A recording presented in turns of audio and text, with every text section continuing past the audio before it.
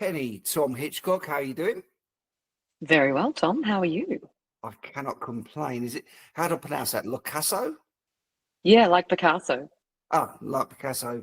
Okay, right. You've said that a few times before in your life. So fair play. Listen, thank you for coming on today. I know very little about you. We're connected on LinkedIn, but as with most people on LinkedIn, they're connected but not connected. So I'm really interested to hear who Penny is. Oh, I like that. So I always love the question, who are you as a human being? So if I take it from that angle, as a human being, first and foremost, I am the mother of a 14-year-old soccer nut and a big black Labrador.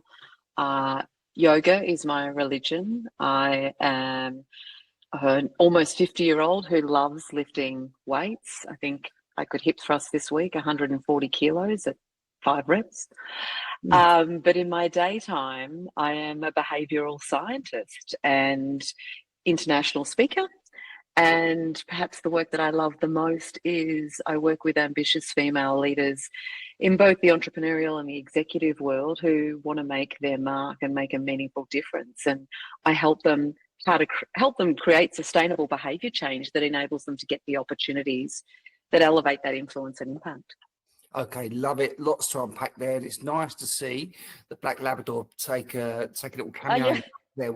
What's his or her name? that's Tilly. She's nearly Tilly. 11. Oh, she's a good innings so far. My dog, I've got a boxer here called Del Boy, and he snores in the background quite often. And we haven't found a way of editing it out. So if you listen to enough episodes, you'll catch his snoring. Okay, whereabouts in the world are you, Penny? I'm in Melbourne, Australia. Okay, brilliant. So you're in Melbourne, international speaker. Where have you spoken? I have spoken in Amsterdam for bookings.com, LA for Universal Music. I've spoken at Google in Silicon Valley. I've spoken at Inkmity in Mexico. I've spoken in Thailand for Adecco. I've spoken in New Zealand and San Francisco for Lululemon. Do you need me to keep going? All I was alluding to is really where that's going, because that's quite an impressive list. And for me, that's a litmus test that you have something quite interesting to say. Yeah, look, my passion is helping people look at the world through a different lens, perhaps a lens that they hadn't previously considered, and a lens that opens their eyes to possibility and the opportunity that making behavior change presents in terms of living, your best, most fulfilling, meaningful life. That's kind of the basis of what I do. I love behavioral science, but my real drive is, how do I help more people flourish? Because I think we live in a world where so many people feel like they're just surviving, and it's sad. We live in, especially those of us in Australia, we live in a very fortunate country, and yet many of us really struggle to get through the day with a lot of, what I would consider good fortune behind us. Yeah, and it's quite right, because you put it into retrospect. There's a lot of people that live their life in repeat year on year, which is a shame. We live in a state of automation, that's for sure. Is it fair to say then that part of what you do is you try to cultivate a growth mindset? Yeah, a little bit of that. Love a bit of growth mindset. I'm currently studying what makes people the top in their field, so experts. I've also studied trauma with Dr. Gabor Mate. I'm finishing my honours in psychology at the moment. Published a white paper late last year that went a bit nuts on how a woman's relationship with the word expert impacts her ability to become one. So I'm curious, there's a lot of different, as a growth mindset, absolutely, positive psychology, human flourishing, trauma, and how trauma unconsciously impacts our ability to realize our potential. All of those things, like, there's so many different beautiful pieces of research that we can draw on. And I think what I'm a fan of is there's no one size fits all. Like, every client that I work with is different. Every client's needs are unique. And so what I'm passionate about is about helping them experiment in finding what is right for them based on where they're at. What would you say is a really good first step for helping each individual change their perspective? Well, it depends. So awareness. Okay. The first step is awareness. So without awareness, there can be no change. Okay, so change 101 starts with awareness, whether it's corporate change or whether it's individual change. And so a lot of us, like you said, are in robot mode. We're unconsciously moving through the day.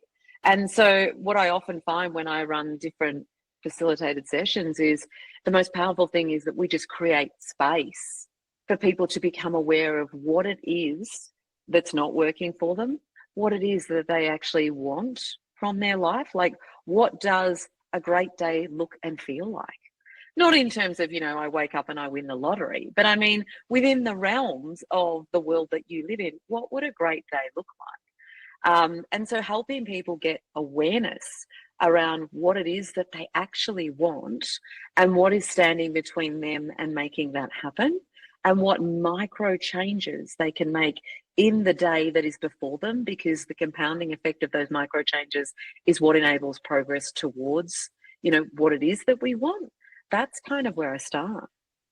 Okay, I like that. Do you find, I like your concept of what your perfect day looks like. It's nice and simple as a concept, but I can't help but imagine by asking people that question that they struggle to answer. Of course they do. Yeah. And so of course they do, because, and this is what's interesting. So I think because of the nature of the environment that we live in, so many of us live in our heads, and yet we have three brains. We have the head, the heart, and the gut. So what happens is living in our heads means we are disconnected from our bodies. We're disconnected from intuition, which sits in the gut, and we're disconnected from our heart, which is obviously where the meaning and the things that we love and make us feel good sits. And so much of the work that I do is helping people connect back in with how they feel in their body in different moments. So what are the things that make you feel alive? And what's interesting is often people will say, it's been so long since I've felt that way. And when I say it's interesting, these are not people who are, challenged in terms of, economics or financials. Often they're extremely successful. But without, let's say, they're just going through the motions, without that connection back to the body and the self, it's very hard to know what does make you feel good. And so little exercises, like one of the most simple things that I've done in rooms of thousands is like, get your mobile phone out and go through the photos and find the photos. Just find a couple of photos of you when you were fully present in a moment, when you felt fully alive. What were you doing? Who were you with? What was going on inside your body? Yeah. How did you feel? Like connecting with the feeling. Where did you feel that feeling in your body? So that is like, it's again micro, right? It's the micro stuff. We're taught about have these big lofty goals and go huge and dream bigger. But what that does with many people is it creates overwhelm and paralysis, and that stops them from being motivated to progress. So I'm all about what in the here and now, which that is all we have the day before us, can we connect into that will help us understand what does give us meaning, what is it that we want, and how do we build from there? I do like that, because obviously what you're talking about there is incremental change, and just Yeah. those. What was it? I read once that if a flight path deviates from 1 degree, you end up with a completely different destination. Yep. Yeah, I love Yeah. that. James Clear talks a lot about 1% better. And I think it was something, I'm not exactly, I wrote a post on it recently. And so if you just focus on being 1% better every day, in alignment with who you want to be and how you want to show up, by the end of the year, like the compounding effect of that is something like 72 times better. Do you know what I mean? So I was like, how good is that? And that's what I think the focus should be on progress. Like, how do we progress rather than attainment? Because attainment often makes people fall off the wagon quickly, because when they have one day where they miss a step or they don't do a thing, they're like, I stuffed up, it's all over. Whereas when we focus on progress, that is what's scientifically proven to give us the motivation to keep going. And so acknowledging that we might fall off the wagon one day, and that's okay. We just get back on the next day. I think that's a very good point on the attainment, because for me that would be inducive of anxieties and maybe even cultivating of imposter syndrome.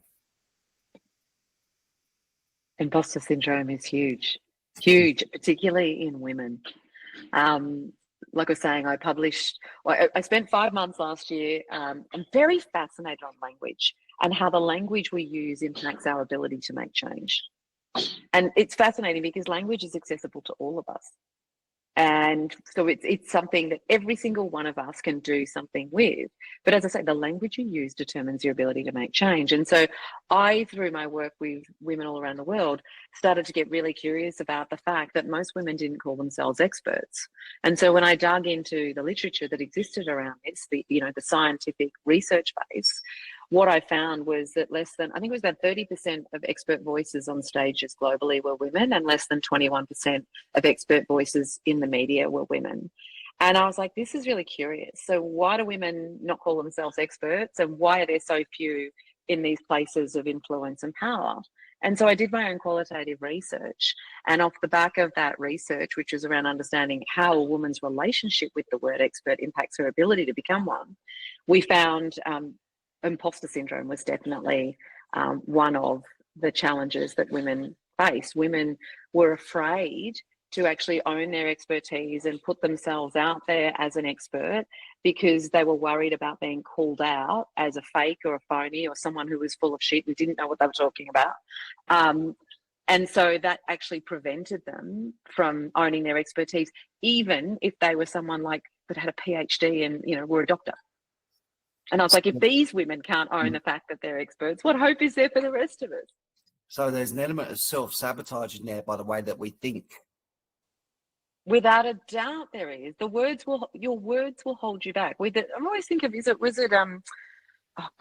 Henry Ford always said, whether you think you can or you think you can't, you're right.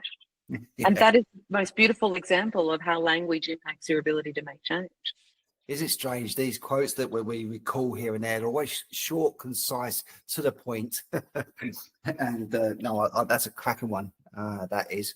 So with the step of first step one, the awareness, the acknowledgement, the ownership of what you want, where you're at, where you're going. And you said about the three brains. Are you saying really with that there's an element before that first step's made, there's a full recalibration that's needed? I think it's very hard to do a full recalibration. And if you were going to go down that path, like we are talking, I'm still doing the work and I'm nearly 50. I saw Gabor Mate, who is my guru in this domain, in Sydney last week. He's one of the most renowned trauma therapists in the world. He's still on the stage and he was 81 and he's still doing the work. So this idea of a full reset is an absolute illusion. I think it's, the idea is that you are committed to better.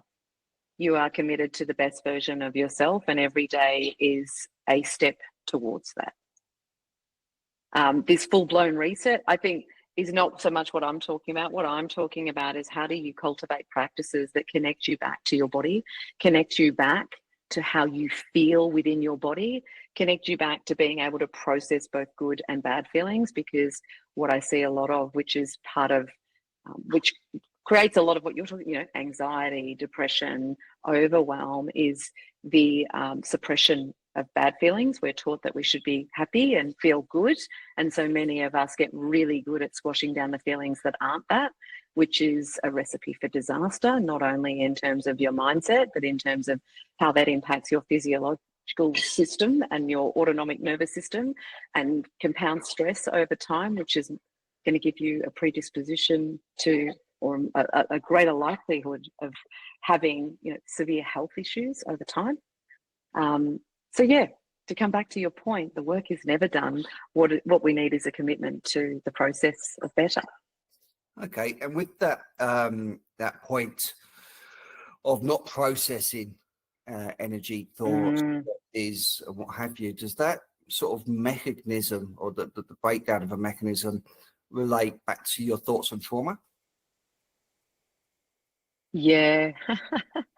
Yeah, it depends on what your trauma is, right? So if your trauma as a child was that someone told you to, you spoke about not feeling good in a certain situation, or you were told to be quiet about something bad that happened, that will create, so trauma is not what happens to you, it's what happens inside of you. So it creates a physiological imprint. And so every time that feeling is triggered again, regardless of whether it has any relationship to the experience being the same, your body will go, what did we do last time? Let's do the same thing. So if your default last time, because you were young and immature emotionally, your default was, I'll suppress, I was told to hide and squash the feelings, that will be what your body will do. And it won't even be conscious. Your body automatically does it. That's why we have an automatic nervous system. That's how fight, flight, or freeze kicks in. You will have a default to one or the other. Okay, that's interesting, and I do have a point to add to this. But what's your thoughts on the severity of trauma, on that, on how it affects us? Is it so? I'll give you an example. There's some things that have been very traumatic to me. They're quite significant in life. I can listen to someone else's trauma, which comparatively seems minimal, but it affects them a lot more. Yes, yep, that's a brilliant point. So trauma is relative, right? So you and I can have exactly the same experience, and I can walk away and go, wasn't that great? And you can walk away and go, I'm completely traumatized. So it is relative to the individual. And that's why comparing trauma, it's just like, it makes no sense. It makes absolutely no sense, because we all are different. We all come from a different baseline. We all have different lived experiences, and it's why we perceive the world so differently. We can be sitting there talking about the same thing and again walk away with a completely different perception. So the way that trauma is calibrated when you study it, and this is why a lot of people, I think, diminish their trauma or the severity of how it actually does impact them in their everyday. We have what's called big T trauma, which is what most of us think of when we think of trauma. So that's, I came from a war-torn country as a refugee. I was in the Defence Force and I have PTSD. I suffered a horrific rape, whatever it is. That would be considered a big T trauma, those massive events that you see in the news. But what most of us have, if not all of us, is these little T traumas. So for me, my trauma was significant, but it would be what I would call a little T trauma. And it was the divorce of my parents at the age of 11. Like, that fundamentally impacted my life. And it still does. Now I understand, having studied it, it still does to this day. But now I'm aware of it, I'm able to be more cognizant of where it presents and how I can bring myself back when my nervous system does kick in to that space of homeostasis where I feel grounded and connected. So that's how I distinguish between trauma. Does that help? It does, and I think there'll be people listening to this that can reflect with that, because I feel people do a lot of trauma bonding these days, and they hit it off because of that. They've offloaded each other. I don't know the science behind trauma bonding, but I'm not convinced it's a positive thing. Yeah. It's not something I've even heard. I've not heard of trauma bonding. Certainly didn't come up in my studies. But what's your perception of what it is? Is it where people connect over their traumas? It's like, this is what happened to me, what happened to you? So it could even be something innocuous, like a couple of girlfriends get together and like, oh yeah, I can't believe my fella's doing this, he's done that, and it actually is traumatic for them. Oh yeah. Oh yeah, this happened to me a few years ago. They're all the same, blah blah blah. I'm trying to make a little tea out of it, of just off the cuff. But that's you can go big with things that are really quite traumatic for the individual, and if they connect on it, they connect on that sharing that story, which in principle makes sense, but you're not processing the trauma in that sense. There was one thing that came up. I don't know if you've ever read a book called 1, 2, 3 Magic. No. Highly recommend it. I love it. Yeah. Yeah, highly recommend it. It's all to do with kids and toggling and how they think and putting perspective on things. And I did a workshop around this, and the lady explained to me when she was doing some stuff for parenting. They said, right, okay, when your kid has a tantrum because you tell them to share their toy and they go berserk, okay, for you it's a nothing deal and it's very annoying, and you have to be careful how you deal with this, because for them it's the equivalent of you having a Ferrari parked in your driveway and your neighbour knocking on the door asking if they can take it for a spin. How would you feel? We're like, I want a brand new Ferrari, but for them it's actually trauma, and we need to be aware of what's fresh and new for first experiences for kids and what's massive for them, you know? Mm. Well, it's interesting because with the trauma studies that I did, what's fascinating, like I said, is, trauma is what happens inside of us, not what happens to us, like the physiological imprint.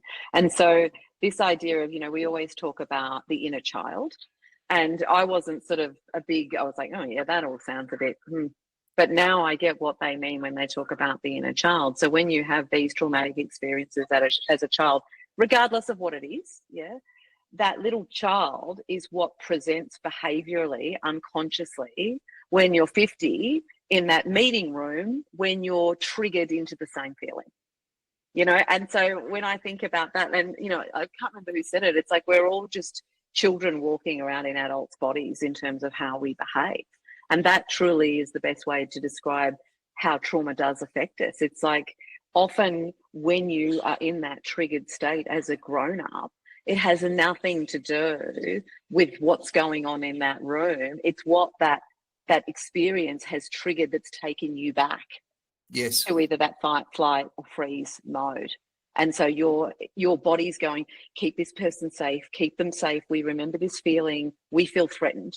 That's what your physiology does, regardless of whether it's rational or not. It's like the PTSD. I always think of, they're the best example. The PTSD person who's come from war and they walk down the street and the car backfires. And literally, they don't even think about it. They drop to the ground and lie down. So it's not a conscious thought. It's the autonomic nervous system saying, we need to be safe. We're not safe because that's taken us back to the war. So we drop to the ground. Yeah, and essentially that's pattern recognition. It's for me, it's almost like time travel, if you like. So when you a song in happy, sad, whatever it may be, and like upgrade you back in that moment. But I think what you've done that's quite smart is with the photos of people's phones, and they scroll through and they find that particular moment. Momentarily, they'll get a snippet of how they felt then. Okay, so they time travel again and they put themselves back in, and there's a pattern recognition. And you take them to a place where things were being done correctly. And what's always interesting about that exercise, and I have done it all around the world with thousands of people, and it always has the same effect. One, you get people to share their photos, so the connection that it creates when people share joy is just magical. Because people can relate to one another. It's not about work. Like no one ever shows a picture of their car or their desk or, their big house. It's always, being with other humans, sharing experiences, animals, being connected with nature, traveling and seeing the world. Like it's experiential based, which I think is glorious. But it's just such a beautiful way for people to connect with how important presence is, because when they look at those photos and you say to them, what was going on in your head? What were you thinking? What were you feeling? The reality was that they were fully in the moment. They were present. And, again, it always comes back to the simple stuff. Presence is really freaking hard in the world that we live in. The world is designed to distract us. Your attention is the most valuable commodity that is out there. Yet when we are fully present, when we are fully living one of those experiences, more often than not, that's where the joy is found. I think the attention grabbing is very refined out there now, and patients have got shorter, but we've also got a significant overstimulus as well. Oh. So everything has to be shiny, new and appealing. Otherwise, it doesn't qualify for our attention. So it's very sophisticated, which I would imagine this alludes to us disconnect further with ourselves. Without a doubt. I mean, this is the greatest disconnection from self ever, right? Because every spare minute is on this. And so that's it's like we don't know how to be bored anymore. And what's fascinating is there's this brilliant TED talk. It's a little old now, but it's one of my favorites by a woman called Manoush Zimrodi. And it's on the neuroscience of why boredom is one of the most powerful things you can do in terms of innovation and creativity. Your brain in boredom is basically what it does is it connects the dots. It's the downtime for your brain to take all of the bits and pieces that you've accumulated during the day and say, how do we bring this together to actually innovate or create? And it's why now most people only get their ideas in the shower, because it's the only place that they're not on their phone. There was a study in Boston University on when epiphanies happened, so the spirit of innovation, if you like. I don't know if you've read the same thing, but they studied scientists, so they had scientists on top of scientists, if you like, in a lab situation. And the epiphanies happened in two situations. Number one was where you're talking about when they're doing something innocuous, like having a beer, having a shower, whatever. So they were off topic, okay, and then they'd have to write it in the steam or something, you know. And the second one was with collaboration. So it happened when they're having their lunch breaks and they'd have to run off and go and do something. So that vocalizing these things and someone saying something that triggered that thought. So those are the two ways they worked out that innovation happens, actually. Well, it's interesting. Like I said, yoga is my religion. I've been doing yoga for 20 years, and it's so interesting to me how often my ideas come when I'm fully present in a yoga class, and it's like something will just like literally drop in my head, and that I'm like, that's it, you know. And I can be on, like, literally standing on my head doing a headstand, and that's where the ideas come. It's in the stillness. Love it. Okay, well, we're drawing to a close now. I've got two questions for you. Question number one is, what's next? What have we got pending that's you're excited to share? Oh, I am currently kicking off a program with a cohort of amazing women who are all impact makers. So what I'm really excited about is helping women who are doing really meaningful work in the world elevate their voices and their influence and get those really big opportunities. So that's probably what I'm most excited about at the moment. And starting my honours thesis, which I'm yet to be told what my subject is. So watch this space. That's probably another white paper. We'll be watching that space. I'm sure many other people will be as well. And talking of other people, if they wanted to make contact with you about any of the topics that you've brought up, what would be the best way for them to reach out? Yeah, so two ways. LinkedIn. Connect with me on LinkedIn, Penny Locaso. You will find me. I'm sure my details will be in the show notes. And the other one is you can drop me an email at hello@hackinghappy.co. I'd love to hear from anyone who has found anything that resonated with them today. Fantastic. All right, well, that draws us to a close. Once again, I enjoyed that conversation, and thank you very much, Penny. Thanks, Tom. See ya. Bye. Thank you for watching this episode. I hope that you did enjoy it, had lots of takeaways from it. As before, please subscribe below so you can keep on top of any new releases we have. And also, if you would like to have your story told, just reach out with me and I'd love to give you that platform. My best email address is tom@purplepatchconsulting.com. Thank you.